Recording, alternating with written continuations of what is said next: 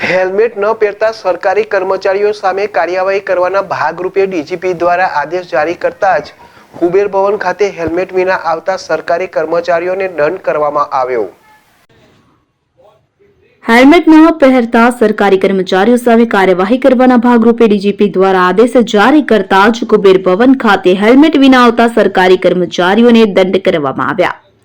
DGP વિકાસ સહાયના રાજ્યના તમામ સરકારી કર્મચારીઓ માટે હેલ્મેટ પહેરવા ફરજિયાત કરવાના આદેશ। કાલથી હેલ્મેટ નહીં પહેરનાર કર્મચારીઓ વિરુદ્ધ દંડાત્મક કાર્યવાહી થશે। હવે ફરી હેલ્મેટ ન પહેરતા સરકારી કર્મચારીઓ સામે કાર્યવાહી કરવાના ભાગરૂપે ડીજીપી દ્વારા આદેશ જારી કર્યા છે। ત્યારે આથી વડોદરા શહેરમાં આવેલી તમામ સરકારી કચેરીમાં ફરજ બજાવતા કર્મચારીઓ હેલ્મેટ પહેરવું ફરજિયાત કરાયું છે, કે જેના કારણે દરેક સરકારી કચેરીઓ પર પોલીસ કર્મચારીઓને તૈનાત કરાયા અને જે કર્મચારીઓએ હેલ્મેટ ન પહેર્યું તેમની સામે કાર્યવાહી કરવામાં આવી। હેલ્મેટ નહીં પહેરવાના કારણે ઘણા લોકોના અકસ્માતમાં મોત નિપજતા હોય છે, ત્યારે સરકાર દ્વારા હેલ્મેટ પહેરવાના કાયદો કે જે ફરજિયાત કરવામાં આવતો હોય છે, તેમ છતાં વાહન ચાલકો હેલ્મેટ પહેરવાના નિયમોનું પાલન કરતા નથી।